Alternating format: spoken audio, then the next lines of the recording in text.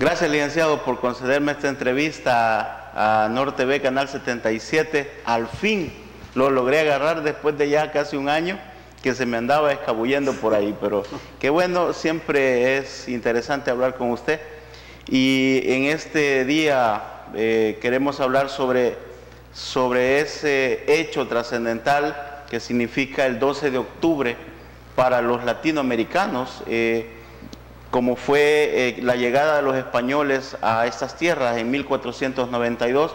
Me gustaría que nos hiciera un bosquejo, una contemplación de qué significa esa fecha para nosotros, ¿verdad? Y por qué no para la humanidad, porque a partir de ese día el mundo se amplió. Podríamos hablar incluso de una segunda globalización, ¿verdad? Desde algún punto. Esa es una noticia muy conmovedora. Sí. No tanto para los latinoamericanos, que no existíamos, sino para todos los pueblos de esta parte del mundo, que no sabían quiénes eran los invasores. Sí. Y los invasores que tampoco sabían quiénes éramos nosotros. Dos mundos extraños chocaron,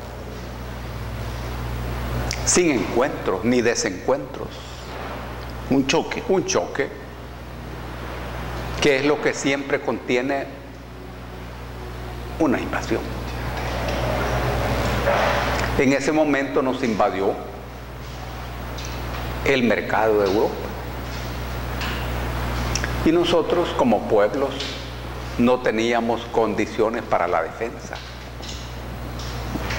ni para la reacción. España era en ese momento la potencia naval más importante del mundo. Sí. Y tampoco tuvo noción de lo que significaban estas tierras. Sí. Porque esta invasión fue la base para el desarrollo del capitalismo a nivel planetario. El capitalismo no fuera posible sin esto. Parece una maldición. De hecho, se sabe que por esas fechas Europa estaba en crisis seria económica. En el caso de España era un momento en donde se abrió una transición. Era la victoria del catolicismo sobre el mundo árabe. Sí. Era la toma de Granada. Y también la expulsión de la población judía de origen español, llamados sefarditas. Había esa transición complicada. No significa para nosotros un tema de celebración, pero sí un tema de reflexión. De reflexión, de choque, de denuncia. Lucha. No aceptamos las razas, no hay raza. Por eso el 12 de octubre no puede ser el día de la raza. Nosotros no somos una raza, somos un pueblo. Y éramos pueblos en ese momento. Esa es la opinión. Claro. Ese tema de que no podemos celebrar esta fecha como eso del Día de la Raza es importante porque el mercado, usted metió esa palabra, el mercado, lo celebra, licenciado. Claro, porque el mercado convierte todo en mercancía. Sí. Incluso una fecha. Y vende la mercancía de la raza. Sí. Es increíble. La noción de raza establece diferencias e identidades entre las personas a partir de su condición física y genética. Claro. Y cuando el mercado celebra esto, está vinculando a las personas a la moda, a los gustos, a los estilos. Pero nosotros no lo celebramos, no, pero hemos de conmemorarlo, es decir, hemos de aprender a ver estos acontecimientos con mucha memoria. Claro, y yo traigo a cuenta esto porque el sistema educativo, hablando ya de El Salvador, el sistema educativo nos enseña a celebrar eso, nos enseña que nos sintamos orgullosos de que hoy se encontraron dos mundos, licenciado, pero eso no debe ser, no debe seguir más. El sistema educativo habla del descubrimiento. Sí. Y luego habla de la conquista.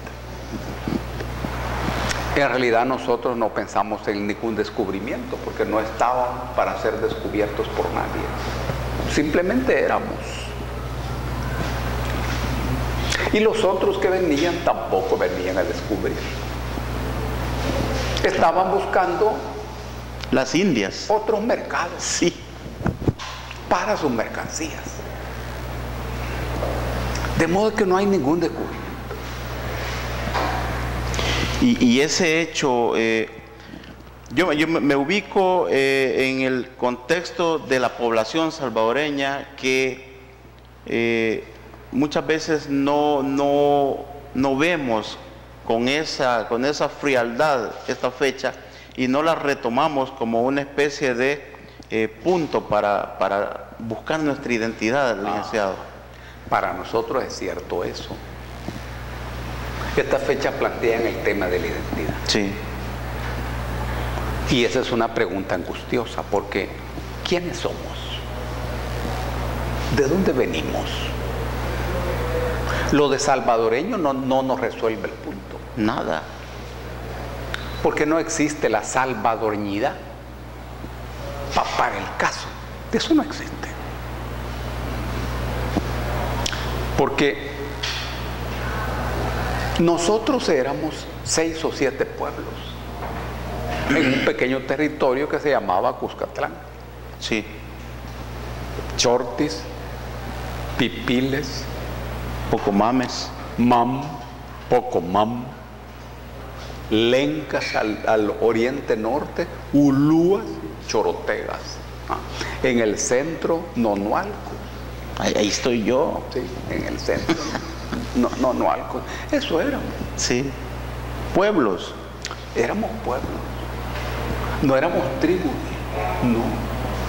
Esta es una figura de la antropología de ellos. Éramos pueblos, incluso con idiomas diferentes, pero relacionados por el comercio. Sí. Y cada quien con su cultura. Lo de salvadoreño viene de la batalla de Belgrado de 1447, cuando los ejércitos turcos y europeos chocaron en la ciudad de Belgrado, que era capital de Serbia. Era papa en Roma Calixto III, que dijo que en Belgrado se había salvado el mundo. 3 años después ordenó construir iglesias en los Balcanes en honor al divino Salvador del mundo. Y aquí viene el origen del divino Salvador del mundo de las fiestas de agosto. Que conmemoramos en agosto. Claro. Y se empezaron a construir iglesias al Salvador en los Balcanes, en todos los países. Todos esos países. Hasta 1492, cuando la primera tierra que ellos tocaron, le pusieron San Salvador, porque ese era el nombre de las iglesias que se estaba construyendo. Claro. Y San Salvador fue el nombre del primer poblado. En Guananí. Sí. Esa fue en Guanacavives, en las Bahamas.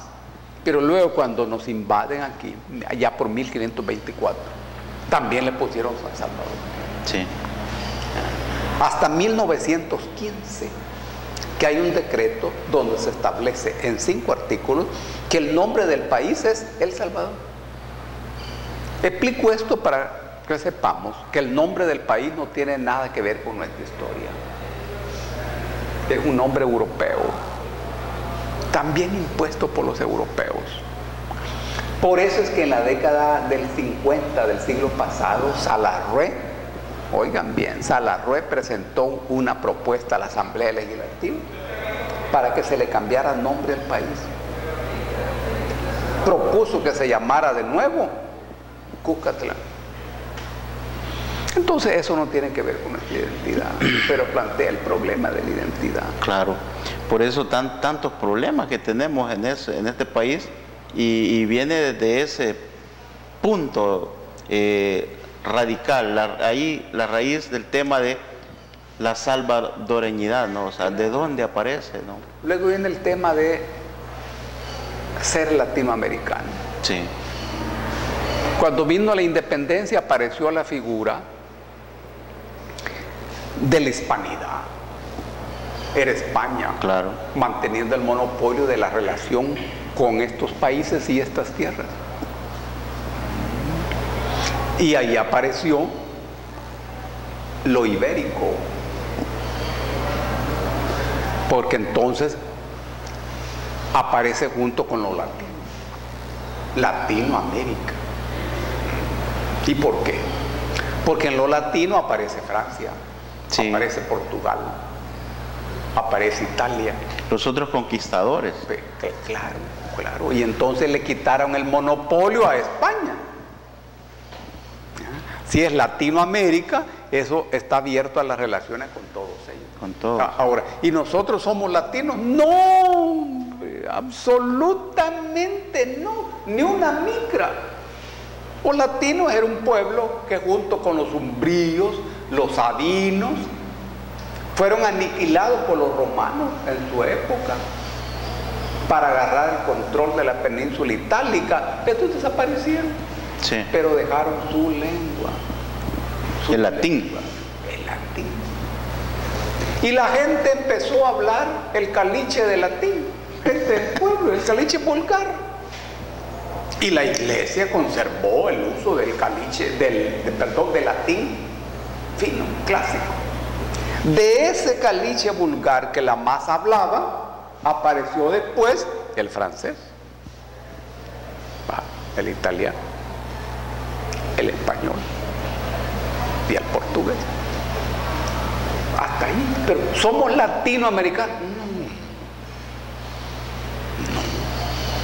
Y lo americano también es un invento de los europeos, donde participó Nicolás Maquiavelo. Sí, sí. Porque está en el marco de la lucha entre los genoveses y los florentinos, por el proceso de la cartografía. Es Europa que nos invade, que nos estrangula y que nos abruma. Y que nos roba y nos coarta nuestra cultura, licenciado. En el proceso por la identidad tiene que haber un rompimiento con el eurocentrismo. Sí. En todas las líneas del pensamiento. La identidad es un conjunto de aspectos y valores que hacen que vos seas lo que sos y no seas lo del otro. Es una figura en conflicto. Claro. Quiero preguntarle, siempre en este hilo de la identidad, licenciado, el tema de cuando los españoles conquistan, masacran a nuestros pueblos, quemaron, digámoslo así, gran parte de la escritura que tenían nuestros pueblos, los códices, pero nos quedaron 2 que 3 por ahí. Uno de ellos, el Chilam Balam, que está en Copán, que era de Copán, y nuestro Popol Vuh, que por ahí lo hemos leído, que tiene que ver con los pueblos mayas también. Más de eso no tenemos, pero eso no lo enseñamos en la escuela, ni siquiera es lectura obligatoria dentro de la formación de nuestro ciudadano, nuestro pueblo, pero sí leemos la Ilíada, la Odisea, Edipo Rey y otras cosas griegas, obras griegas, occidentales, europeas. ¿Vale? Es importante eso porque resulta que las oligarquías dominantes son antipatrióticas. Interesante eso, ¿ah? Sí, todas son antipatrióticas y antipopulares, serviles ante otros sectores dominantes. Y ellos respiran por España. Sí. Su honor es ser españoles. Y su trabajo ha sido siempre borrar todo lo que pueda asegurar alguna identidad de nosotros. Nosotros hablamos un idioma que no amamos. Hablamos castellano. pero no amamos el idioma que hablamos. Este es un problema. Por algo no sabemos gramática. Sí, es cierto. Nadie sabe gramática. Y ocurre que esto es gravísimo. Gravísimo. Pero nadie sabe gramática. Es que a nadie le interesa eso. No lo queremos el idioma, no lo amamos. Claro, no lo amamos. Sí. Y el idioma que llevamos en nuestros genes, No nos lo enseñan. no lo hablamos, no lo enseñan. Ahora, ¿y por qué no lo enseñan? Es calculado. Es este servilismo. Este servilismo. Esto quiere decir que la construcción de una identidad pasa por un rompimiento con estos viejos poderes. Y el abordaje de estos temas que estamos abordando hoy, de la manera que lo estamos haciendo, es un rompimiento con la filosofía dominante. Sí. Claro, el televidente va a escuchar cosas extrañas. Que celebra al invasor. Sí. Entonces, de repente, nosotros también hablamos del descubrimiento. Sí. Y está bien que los invasores hablan del descubrimiento, sí, pero nosotros no. ¿Y cómo vamos a celebrar el descubrimiento? A menos que uno se considere invasor. Pero nosotros no somos invasores. Claro. Ve la cosa, parece elemental, pero no lo es. España fue derrotada posteriormente, perdió su valor, perdió su importancia. Hoy es un país de los más pobres de Europa. Sí. Pero nosotros hoy somos más colonia que nunca. Explíqueme eso. Cuando dependíamos de España éramos menos colonia que hoy. Hoy en este momento somos colonia de los Estados Unidos. Estados Unidos es un factor interno de nuestro país. Y el país pequeño, tenso, poblado, maravilloso, que amamos hasta la muerte, está en manos de Washington. Esta es la decisión de los sectores dominantes, decisión del gobierno. Claro. Pues es su política exterior. Aquello de nacionalismo que usted mencionaba al inicio de la charla, no existe. No. Lo de la soberanía, Nada. tampoco. Nada, tampoco. Y por eso este es un momento muy amargo, el más oscuro y el más triste de nuestra historia. Sí. Es bueno que hablemos de estos temas ríspidos.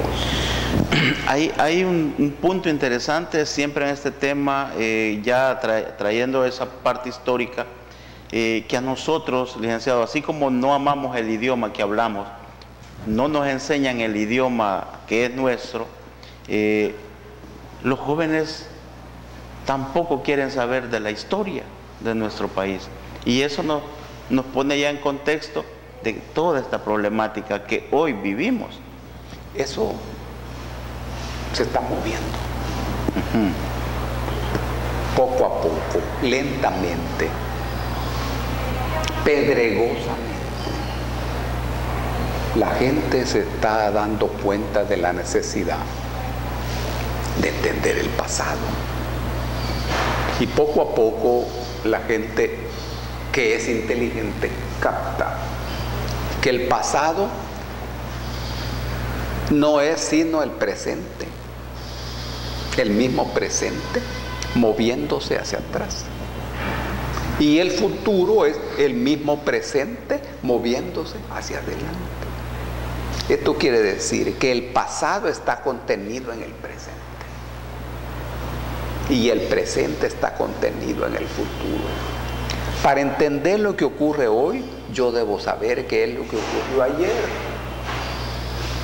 Por eso es que el médico le pregunta a uno, ¿y cuál ha sido tu tren de vida? Sí. Porque ahí está lo que está ocurriendo hoy. Es decir, hay un renacer del interés y de la conciencia de la gente por la historia. Yo diría que es un buen momento. ¿Cree usted Sí, que puede ser un buen momento? Sí, aparte de que uno tiene que ser optimista, irrenunciable, aún en el momento, en el peor momento más oscuro, uno debe tener una veladora encendida, de esas que tenían antes las señoras, con aceite, sí, y una mechita encendida en un vaso grueso verde. ahí pero por cerca de un santito a veces, Cerca de un camarín, sí, el santo niño de Atocha, sí, para el caso. claro. Tomando en cuenta este renacer que usted menciona que posiblemente esté por ahí, ojalá, yo quiero preguntarle históricamente, nuestros pueblos siempre durante la colonia, bueno, con la llegada de los españoles hubo resistencia, hubo lucha, hubo guerra, combate, hubo guerra, sí. Y posteriormente de la conquista y la colonia, siempre hubo por ahí subversión entre muchos pueblos. Nos hemos caracterizado por ser pueblos luchadores, por ser pueblos que siempre estamos queriendo aspirar a algo mejor. Pero últimamente, licenciado, ¿qué sucede con nuestro pueblo? Porque de repente no vemos, el movimiento popular está como quietecito, o no sé si no está quieto, pero no se ve reivindicando los derechos, reivindicando las luchas de los pueblos. ¿Qué está pasando? Qué bueno que vayamos terminando esta conversación con eso. Porque nosotros hemos vivido en guerra siempre. Sí. La humanidad vive siempre en guerra. La paz es un momento de excepción. Y nosotros como pueblo tuvimos la primera gran guerra justamente cuando estos nos invadieron desde Guatemala. Sí. Estos españoles. Sí, correcto, con Pedro. Sí. Él mandó a su hermano. Sí, hermano. Y perdimos la guerra. Perdimos la guerra, esa guerra. De esa derrota aparece San Salvador. De una derrota. La segunda guerra en 1832 con Anastasio Aquino. Sí. La tercera guerra fue la guerra centroamericana con Francisco Morazán. Por Centroamérica las perdimos. Luego la guerra de Farabundo Martí en 1932. No la perdimos, pero no la ganamos. Hasta esta última guerra de 20 años. Todo guerra. Esta guerra de 20 años no la perdimos. En esa medida la ganamos. Y ahora hay otra guerra. Guerra social, que es la más sangrienta de todas las guerras que hayamos tenido. Esta guerra dura ya 25 años. Con la gran ventaja para la guerra que la gente no sabe que está en guerra.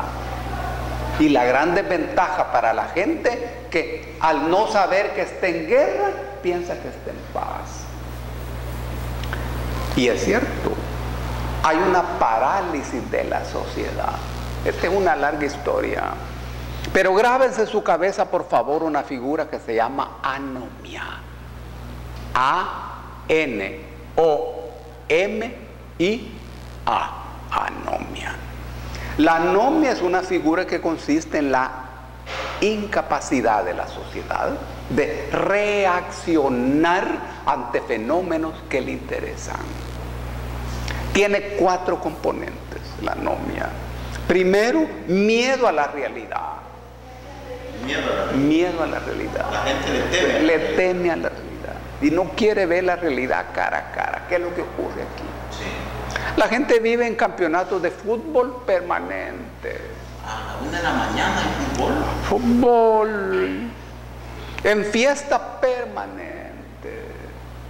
El mundo de las actrices, que uno no tiene nada en contra, ¿verdad? No, linda, a este Gabriel le gusta. En eso vive, eso vive.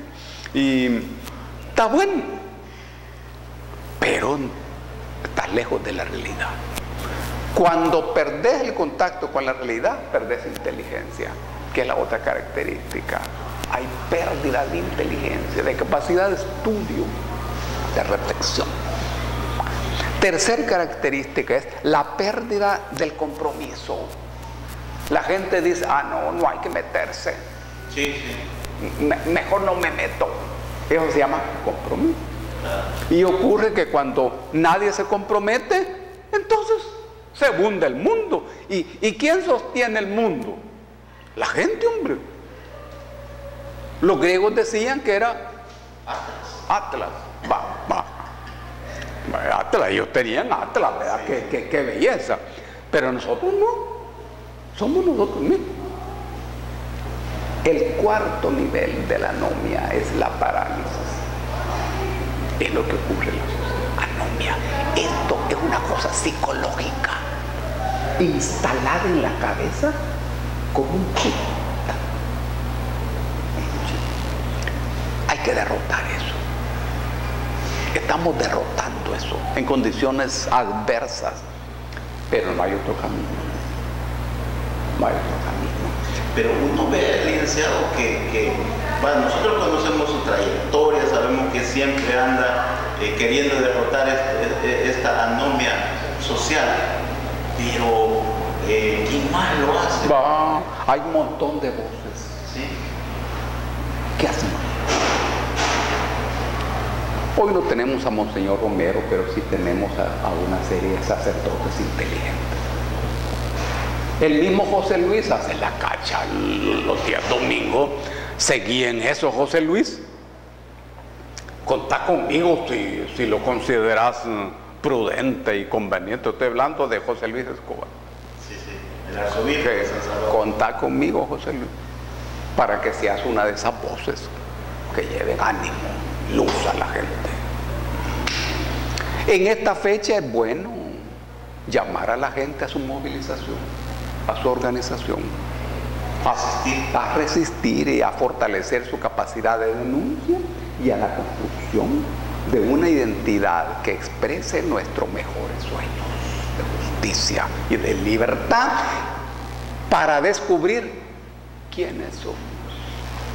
Si yo le dijera, licenciado, para finalizar esta entrevista, un mensaje a la juventud actual, porque el problema que tenemos en este momento es los jóvenes de hoy, como usted decía, son el presente, pero también hay niños, hijos de estos jóvenes. Seguro. Ajá, y entonces, ¿qué debemos hacer? ¿Qué deben hacer? Miren, en cada joven hay un anciano. Es cierto. Y en cada anciano hay un joven. Este es el tema de la transformación dentro de la conservación. Todo lo que se transforma también se conserva.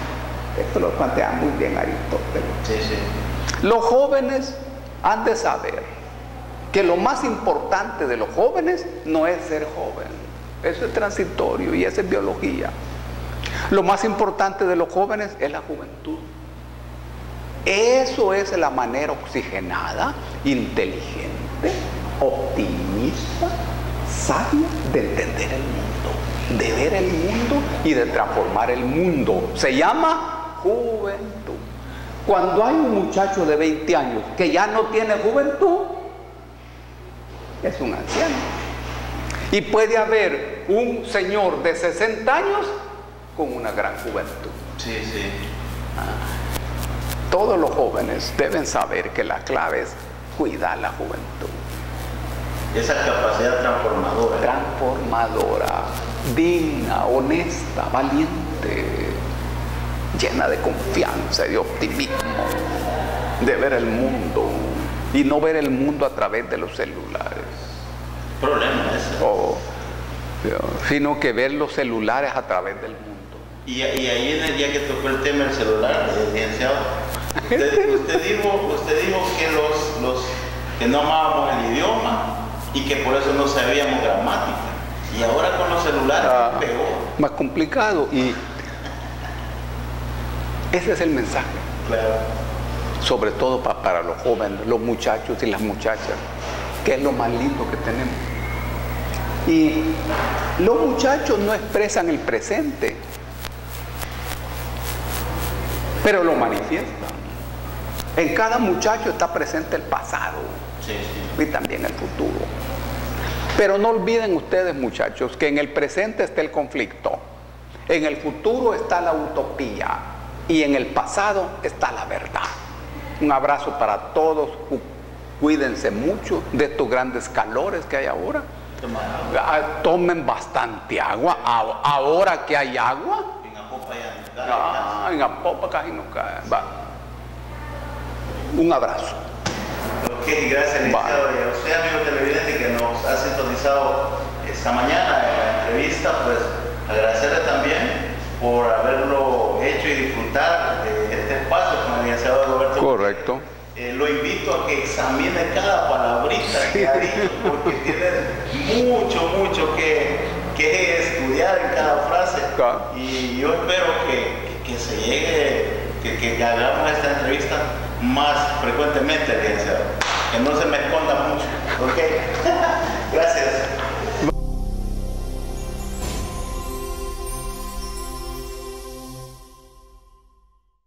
Despierta Zona Norte es un programa de opinión que busca y analiza las causas de la realidad que vivimos, con los actores políticos, sociales y económicos, conducido con profesionalismo y objetividad por Jorge Flores. No te lo pierdas de lunes a viernes de 6:30 a 8 de la mañana. Despierta Zona Norte es un programa para la gente que tiene algo positivo que decir.